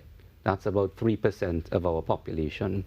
And that's a very good benchmark. It means that we wouldn't have to ask people to scramble in an emergency to get blood for their relatives. We currently sit at about 18 to 19,000 per year. And voluntary blood donation means you go and you give blood for a pool, so for the country. You donate because somebody will always need blood. And by doing it in that fashion, people tend to donate more than once. So, you might donate twice a year, rather than just in your entire lifetime donating once when a relative or a friend needs blood. And blood is very important. You need it to facilitate surgeries, you need it for your chemotherapy if you have cancer. Some patients with blood disorders like sickle cell disease and thalassemia need blood to survive. They need this quite often in thalassemia monthly to live a normal life. You also need it if you're in an accident and you're clinging to your life in hospital, in ITU, that blood is life-saving. And the reality is, although we do have some blood in the country, we are way, off of our target. So voluntary blood donation, giving selflessly, is what would help. And if 2 out of every 100 people gave blood twice a year, we would never need a chit system again, and everybody who needed blood would have it when they needed it. Yeah, but there's also a benefit for the donor. So generally speaking, well, sometimes the greatest benefit for the donor is knowing that you are doing something to help someone else. Yes, absolutely. Because the way I see it is, you may not know who gets your blood, but you might pass them on the street, and that person is alive, walking with their family, all right? Children, parents, whoever, because you have given a piece of yourself to them, and your body will regenerate that blood. So it is the ultimate gift, in my opinion. I agree. It's almost the gift of life in most situations. Correct. And sometimes people will say, well, there are other benefits such as cardiovascular and things like that, which I think are probably a bit overstated. Okay. The general thing really is helping someone else, but also you do get a mini health check when you go to donate blood. You have to make sure all donors are healthy, and sometimes you may pick things up that might actually lead to you, getting something else checked, or whether it's high blood pressure or something, if you're anemic, something along those lines. Mr. Kanhai, Carnival has an enormous ability to really bring people together, and is part of the thinking here to use that sense of community and that national pride for a cause that can directly save lives? Yeah, well, you're right. Carnival reaches almost everybody in this country. And so the NCC thought that if we partnered with the ministry and the Regional Health Authority, given that we have a number of stakeholders and partners in the Carnival, you just had Colin here, for example. We have Pantry Bago as a stakeholder in the Carnival. We have TUCO, we have the Mass Bands Association and all the mass bands and so on. So our efforts is to encourage all these groupings of people to come out and support the ministry's blood donation drive. We are making the iconic grandstand at the Queen's Park Savannah available for this next Wednesday from 8 in the morning till 2 p.m. So people can make their way to the grandstand, get the mini health check as Doc just referred to, and donate blood. In addition, we have some sponsors that are participating with us. We have Guiltless Yogurt and KFC and ATFS and so on, who are going to be on hand. So there'll be giveaways and so on that will be made available as incentives to people. But the Savannah is a very accessible location for people. So our efforts here is to encourage everybody in and around Port of Spain and in and around the Savannah to take a few minutes. I think it takes less than an hour. Yeah. And who can donate, Dr. Musai? Tell us, if someone is watching right now and they're thinking about that, what are the requirements? Yeah, so the general eligibility criteria is that you need to be 17 years old and above. If you're 17, you need parental consent. The weight, you need to be at least 45 kilograms to donate blood. Generally speaking, 50 kilograms, but 45 to 50, we can take a smaller amount. We need to make sure that you're not anemic. Anemia means having your blood level is too low, but the nurses will do a slight finger prick test on the day to make sure. And they will go through a mini health questionnaire as well, because people may have health conditions, but you can, for example, if you have diabetes, you can still donate if you're just on tablet medication. But if you have diabetes on the more severe end, we will say no. So it's quite, it's tightly regulated. There are also some deferral criteria, Common ones being if you've just given birth, wait at least 6 weeks. If you've had a tattoo or body piercing, it's waiting 3 months. And if you've traveled to certain countries like South America, because of the risk of certain infections, it's waiting 3 months. So we have, we have pretty strict criteria, which is available on the Ministry of Health website, but they will do the checks on the day. That's amazing. So please go donate. That is a life-saving opportunity for you as well. Mr. Khanai, give us the details once again for anyone wanting to head next Wednesday to the grandstand. Yeah, so the blood donating exercise at the Queen's Park Savannah as well, as you say, next Wednesday from 8 a.m. in the morning until 2 p.m. And as I said, the Savannah, everyone knows it's quite accessible. It's to the back of the grandstand. So all you need to do is to just drive into the Savannah. The entrance is opposite Napa. You drive into the Savannah, and the Ministry of Health and the Regional Health Authority, the Northwest Regional Health Authority, will have all of their professionals there to guide you through the process, do the mini examinations and so on, and of course, receive the blood that you are willingly going to donate. Mr. Khanai, what would you say to someone this morning watching and they're still undecided, they've never donated before? How would you encourage them to go out and donate? Well, if you think about the life that you can save by taking 1 hour out of your day on Wednesday next week to go and donate blood, that alone should encourage you to go out and donate blood. Right? You never can tell who is the person receiving that blood. It can be your own family. No. Dr. Musai, and what would you say to someone as well about going out and donating? Well, I think you said it perfectly. There's always somebody at the end of that blood donation process who needs it. And I work in a hospital and I see every day, up to recently, somebody who was pregnant and they needed not just one blood product, but multiple different blood products for her and her baby to survive. And it is because of the generous blood donors out there that she is alive and her baby is alive. So we need more people like that.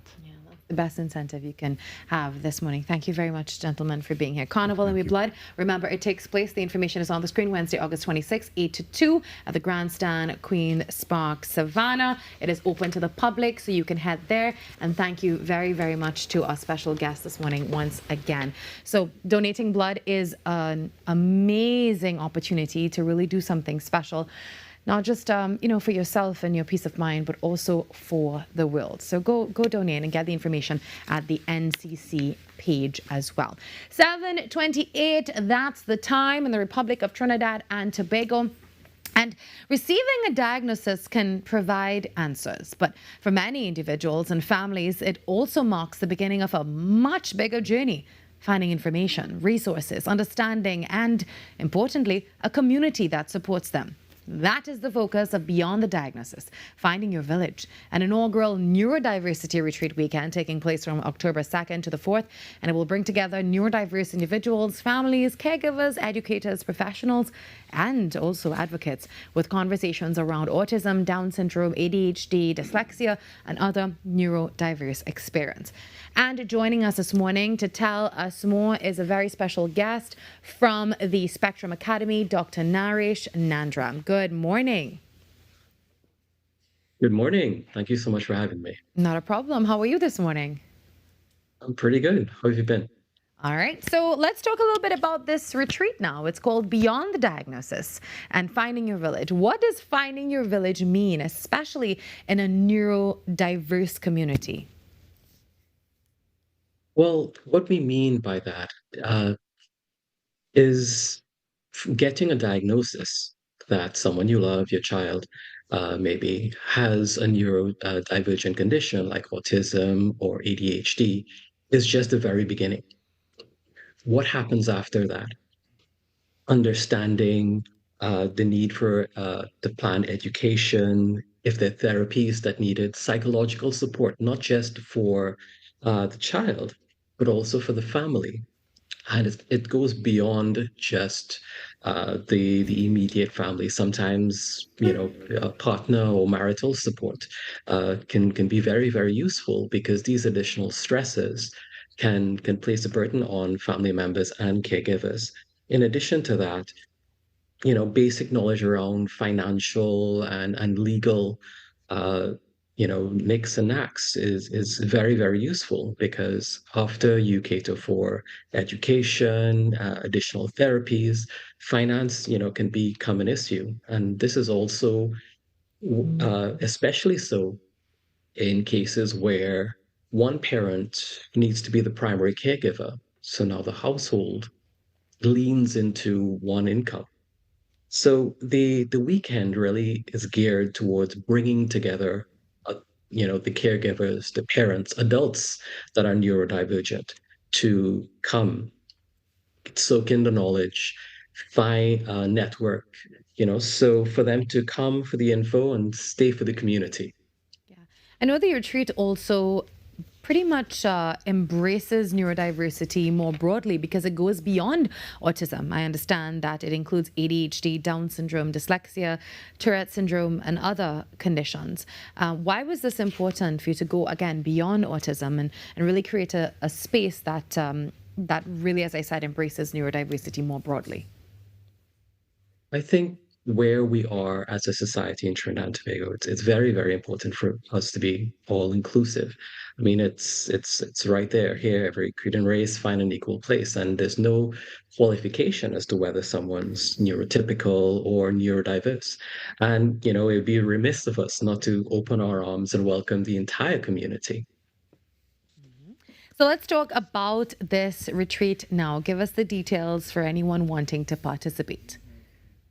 So the first thing I'd like to share is that this is for the grown-ups, the caregivers, the parents, the adults that are neurodiverse. We really want them to come out.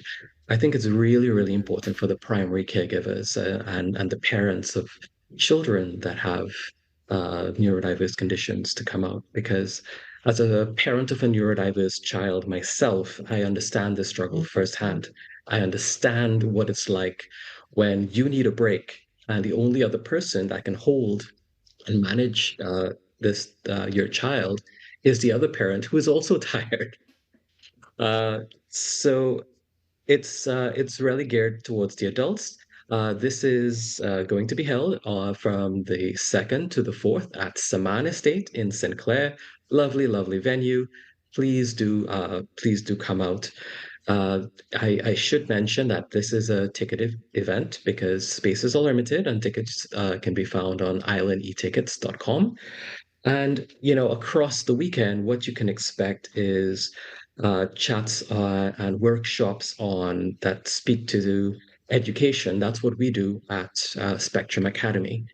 We focus on the adolescent age group, because there are a couple places that specialize in the younger kids, but we find that as these kids get older into that awkward teenage years, getting a space for them becomes progressively more difficult. So, because this is a space that our son is going to need in a couple of years, we created it because there clearly is a need for it nationally. So, education, neuroaffirming care and education, therapy. So, a lot of kids need therapy support, occupational, speech therapy, sometimes behavioral and cognitive therapy, learning strategies, that kind of thing. And I spoke earlier about the psychosocial support that families need, how we keep this family close knit, how we are able to support our neurodiverse members in a neuroaffirming home, how we can the marital and partner relationships that are under additional strain can be well supported. And of course, we'll have some specialists speaking about how we manage some things, how we manage meltdowns and tantrums, how we can manage sensory overload and the things like that. So to our neurodiverse community, come, you belong here. We encourage you to come for the info and stay for the community. Thank you very much, Doctor, for joining us this morning. And I know that you'll be back before the retreat, I believe. So we have so much more to talk about when you join us again on Trinidad and Tobago today. Have a good day. A lovely one. Thank you. All right. And a diagnosis may help us to understand someone's needs, but it should never be the only thing that defines them. Remember, beyond the diagnosis, finding your village, you can get all the information on our TTT Live online page. Just head across there and everything that you see will be posted there for you as well. 7:35, that's the time. We hope that you've been having a wonderful morning with us on Trinidad and Tobago today. We take a break and come back.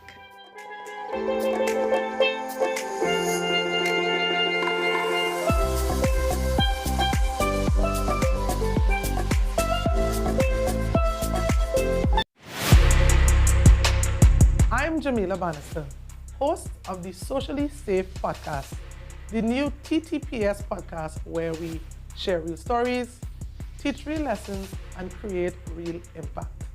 From online safety and youth crime to community policing and personal responsibility, we go beyond the headlines and talk about what's happening in our communities with the officers and experts who are on the front lines. Because safety starts with awareness, conversation, and action. Tune in to the Socially Safe podcast on the TTPS YouTube channel, listen on Apple Podcasts and on Spotify. Don't miss it. Watch on TTT, Mondays 6 p.m., Tuesdays 1:10 p.m.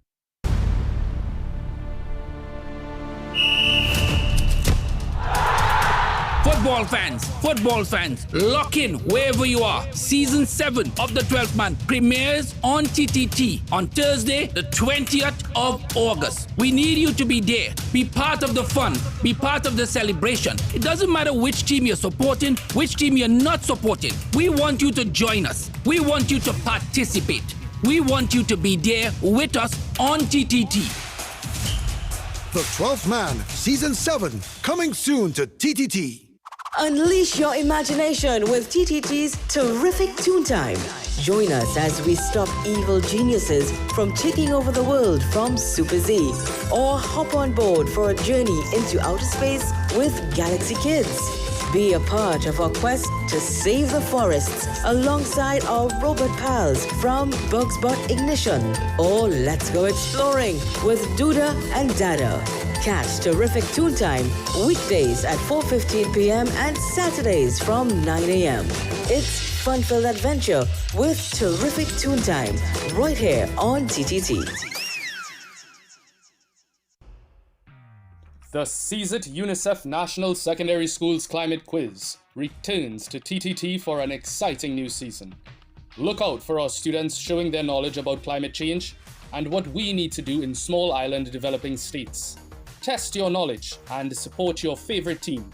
9 episodes plus repeats starting August 22nd, only on TTT.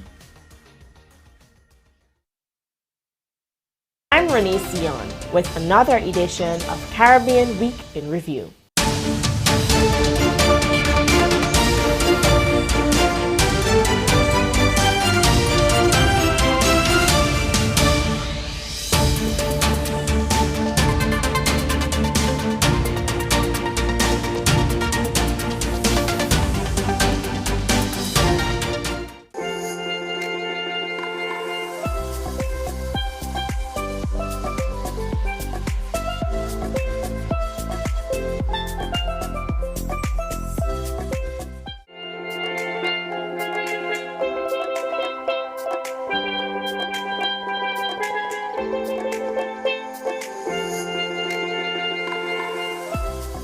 Reliable plumber, electrician, cleaner, or other service provider can sometimes come down to somebody asking on Facebook or asking around. Anybody knows somebody? I've done that a million times.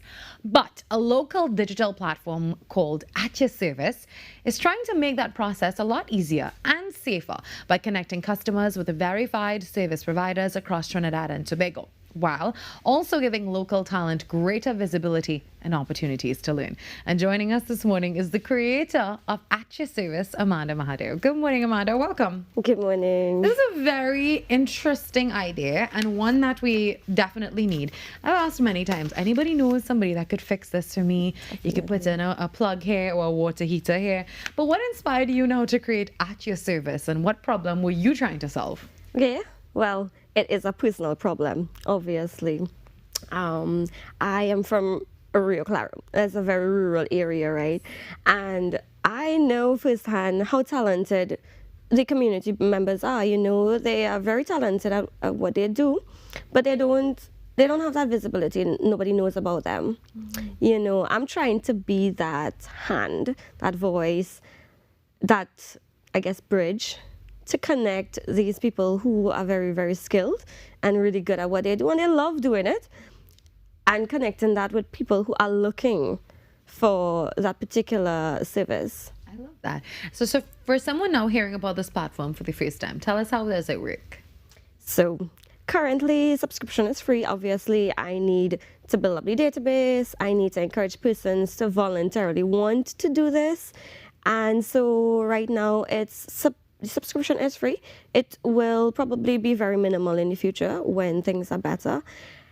Whether you are looking for this service provider or you are offering the service, you would need to create an account. So it's an app.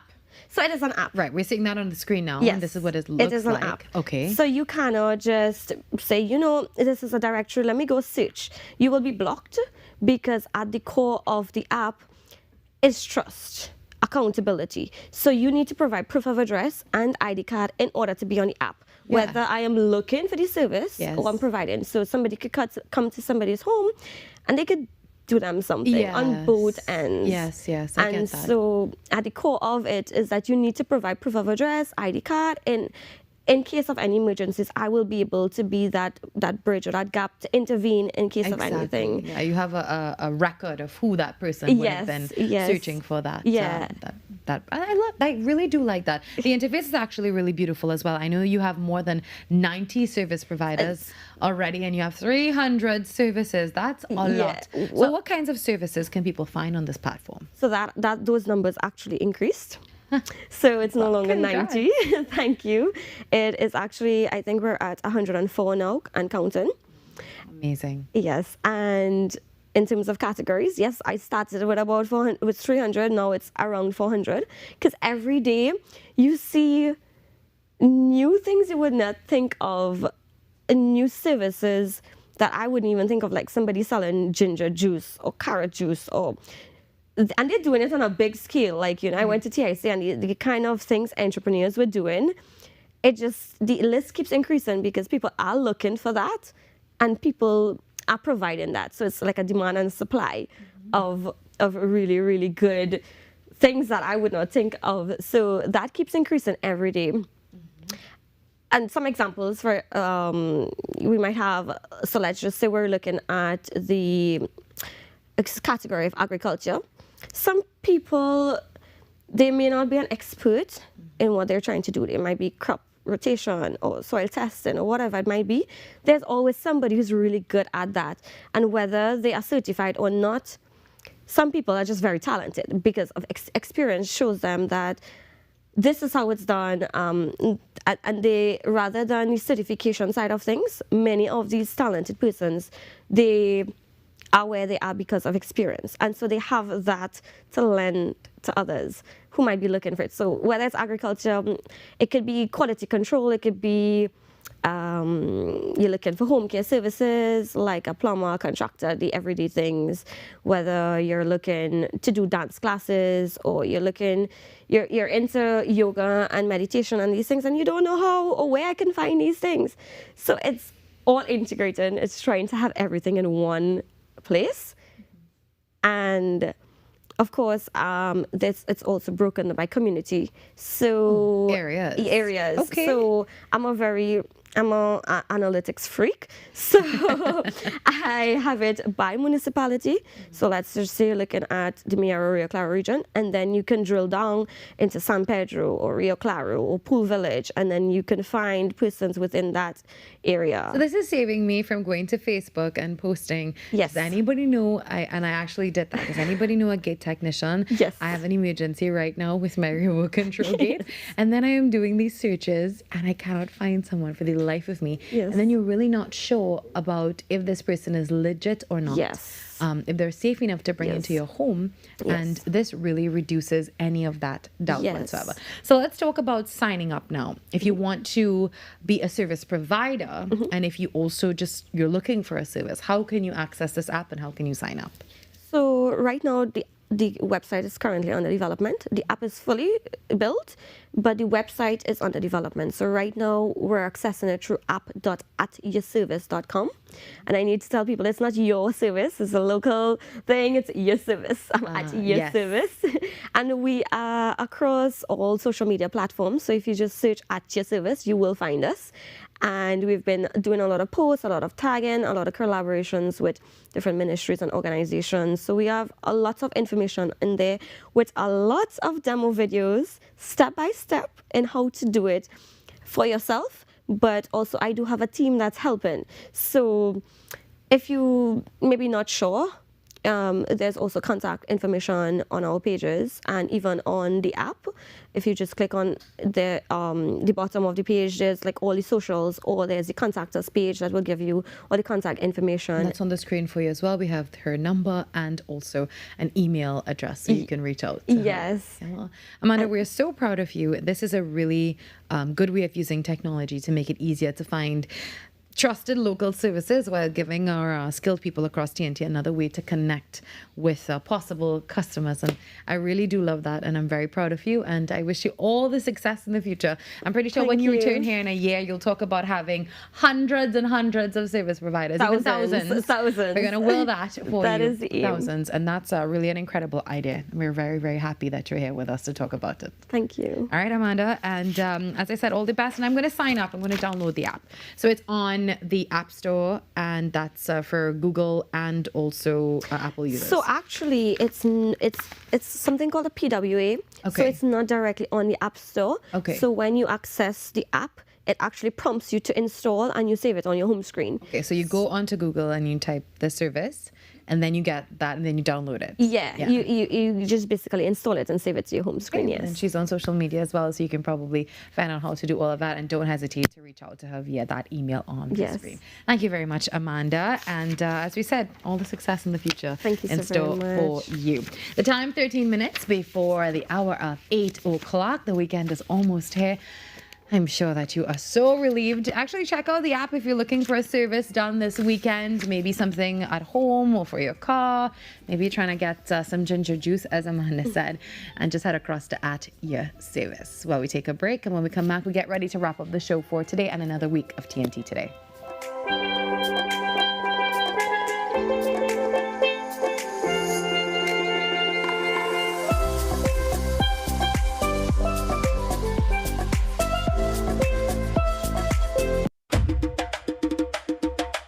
This August, join TTT as we celebrate emancipation through a month of culture, history, and entertainment. In collaboration with the Emancipation Support Committee of Trinidad and Tobago, experience the Pan-African Festival as it unfolds across your screens. Beginning with the historic Emancipation Ceremony, live from downtown Port of Spain on August 1st, Emancipation Day, TTT brings you a month-long lineup of festival highlights, including the Youth Pan Extravaganza, Pan-African Night Concert, Unity Reggae Concert, and much more. Delve into our history, heritage, and the contributions of our African descendants through powerful documentaries that preserve stories of resilience, identity, and legacy. Plus, enjoy a selection of entertaining films and dramatic stories to round out your viewing experience. This August, connect with the culture, the stories, and the moments on TTT and ttt.live/train. Your news anytime, anywhere. Join us nightly at 7. TTT News. Committed, accurate, relevant.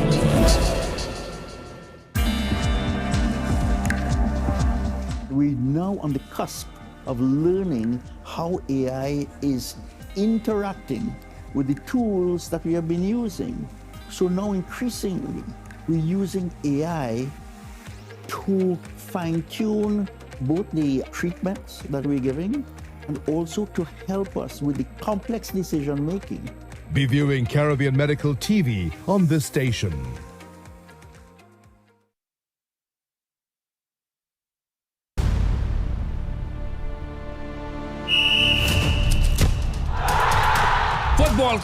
Football fans, lock in wherever you are. Season 7 of the 12th Man premieres on TTT on Thursday, the 20th of August. We need you to be there. Be part of the fun. Be part of the celebration. It doesn't matter which team you're supporting, which team you're not supporting. We want you to join us. We want you to participate.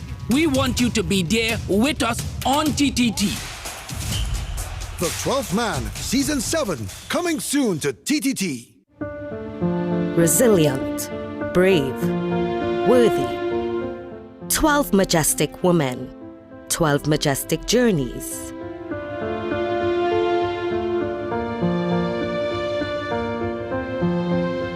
Majestic Makeover Season 3, coming soon to TTT and TTT Live Online. Majestic Makeover Season 3 is powered by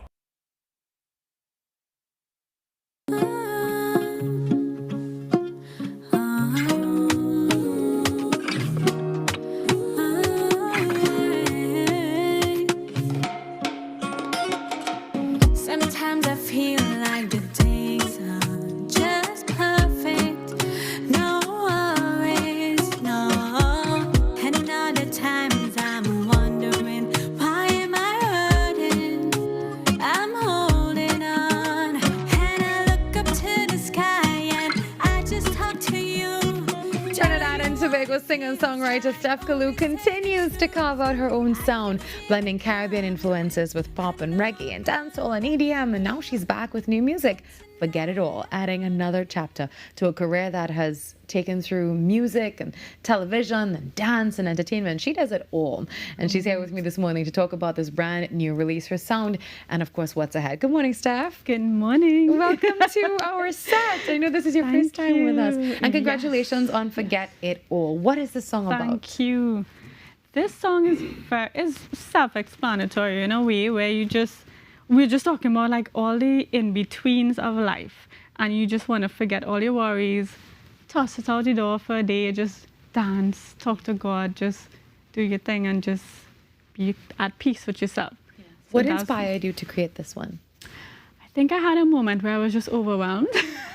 You know, we all have those moments. Mm-hmm. And I was just praying and saying, let me give this up to music. Let me translate this into a song. I was praying, talking to God. I was in a place where I feel like I was like kind of lost. I'm like, do I go back into music? Do I do this? But then this melody just come to you in this time, and I'm like, I take these things as signs.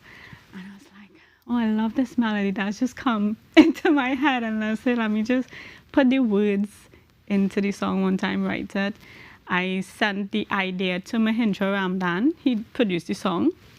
So shout out to the Zone Music Studio. And he actually got it right away. He's like, come in, when next you could come into the studio? I'm like, okay, in like 2 days, right? So and how would you describe the sound of this one? What does it blend? It blends. I feel, well, you know, I sort of do like island fusion, pop, right? So it's kind of a little bit of, we use some elements of Afro pop and a little bit of like dance music. But then the style that I sing it is also like very island vibe, but sort of commercial, yet that could blend into the international market. And Steph, you do it all. You're not only a singer and songwriter, television host, professional belly dancer. You do a lot. How do you juggle all those different areas of entertainment? I wouldn't even say like juggle. If I don't do that, I will go insane. That is my therapy. Like I just try to make the most out of life and maybe your little talents. The thing is, like, I sure you have talents you don't know about, and so And much I don't people, have time and you to just find have out. to try new things. But when I tried some of the things, I just stuck with them. I'm like, this is what I love, and some music, writing, belly dancing, all these things, and they just feed my soul. You're very artistically inclined. And as a Thank you. Trinidad and Tobago artist, what has the journey been like to try to get our music, to reach beyond our shores? It is a process. It is a little bit difficult.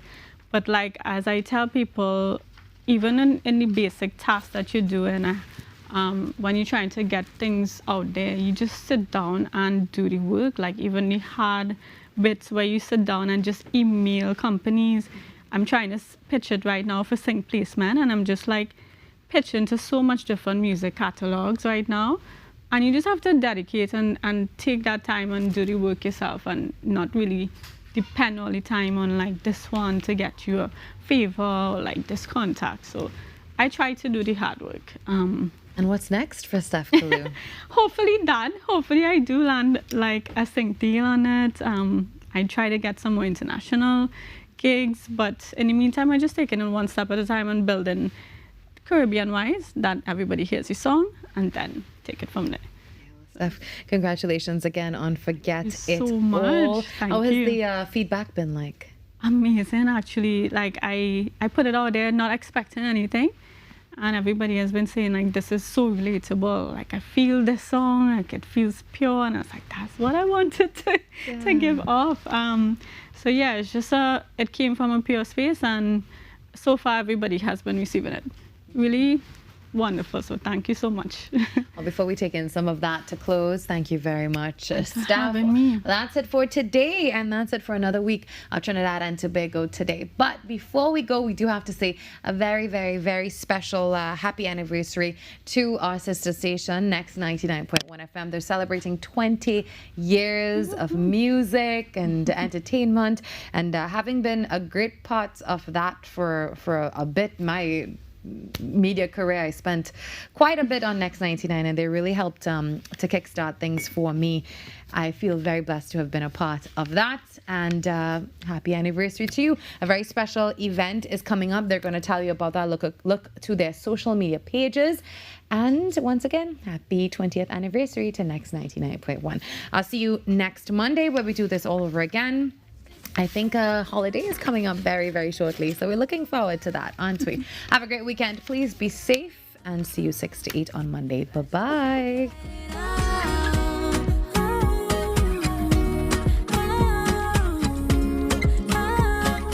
Let's just forget it all.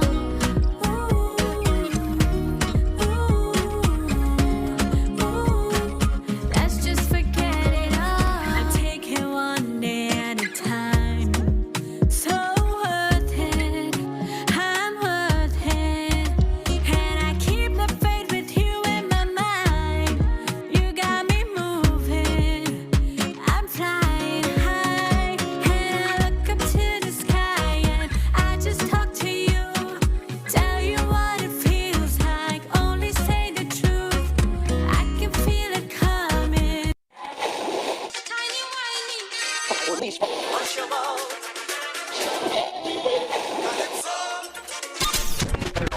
Since 1972, one sound has been living in the heart of Trinidad and Tobago, the longest running radio station in the nation. We're your holiday soundtrack, whether it's on your day off, long drives, or house lions. We are always sweet. This is music with meaning, music with memories. Music that feels like home. And it's not just the songs, it's the voices you trust, personalities you've grown with. Laughter that sounds familiar. This isn't just radio, it's tradition. It's memories. It's part of who we are. Sweet 100.1 FM, the rhythm of our identity, part of your family. Always 100. Got you on your way. Sweet 100. You are dearer to me than all the stars. So many wish but never reach. 'Cause when I'm falling and all the world seems dark, you help me find my peace. Oh, shun mi ba fishani. Oh, shun mi ba yeah. Oh, shun mi ba fishani. Arubita, yeah, yeah, yeah, yeah, yeah, yeah, yeah, yeah, yeah, yeah, yeah, yeah, yeah, yeah, yeah.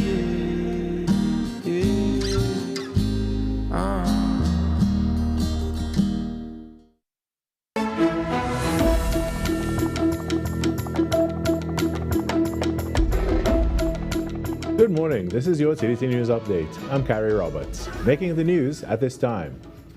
Earlier this week, the Caribbean Examinations Council, CXC, revealed that nearly 36,000 students who registered for the May-June examinations did not attend to write their exams. Later, economics teacher Stefan Fellman of Morva Laventil Secondary School shared a voice message from a student who had passed the economics examination, describing it as the kind of news every teacher hopes to receive.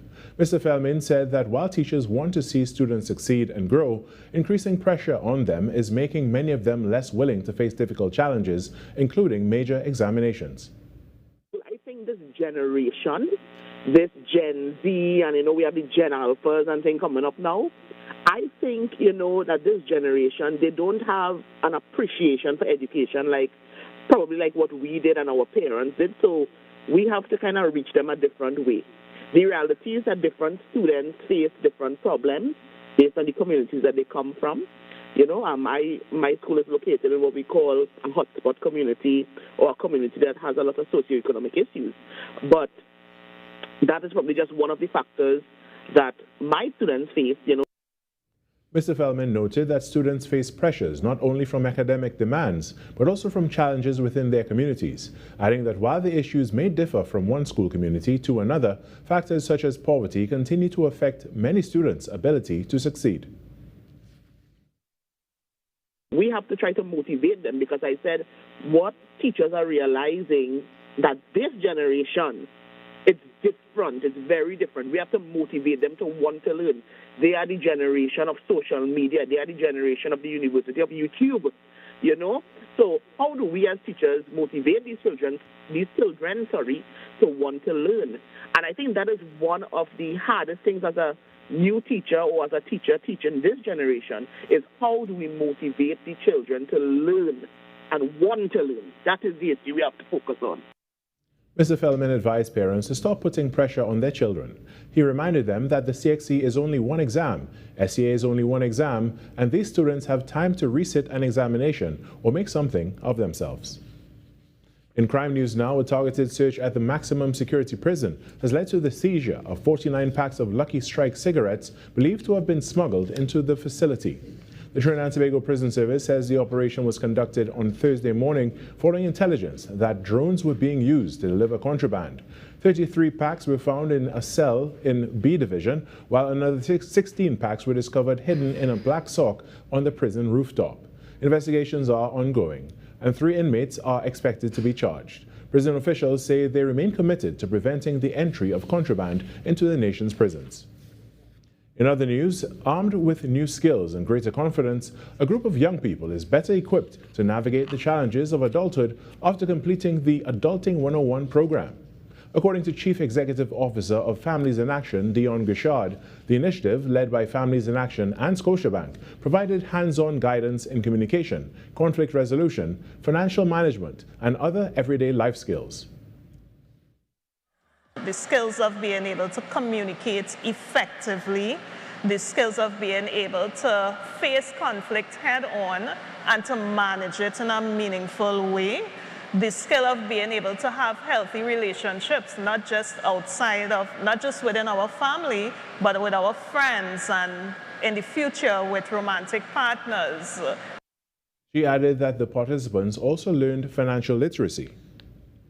Director of Scotiabank Trinidad and Tobago Foundation, Peter Gani, highlighted the critical tools needed when seeking employment. Because employers like us are looking for individuals who not only have the academic qualifications, but have the ability to speak, to sound themselves, to be confident, and to be equipped with other tools in the industry. The impact of the initiative was evident in the feedback from participants, many of whom spoke about the personal growth they experienced throughout the program. Several said they overcame shyness, built confidence, and gained practical knowledge, including understanding important national registration systems such as NIS and BIR. And that was your TTT News Update. I'm Carrie Roberts. On behalf of our entire team here at TTT, have a great day. If it matters to you, it matters to us. We report the news. Real stories in real time. TTT News, nightly at 7. TTT News, committed, accurate, relevant.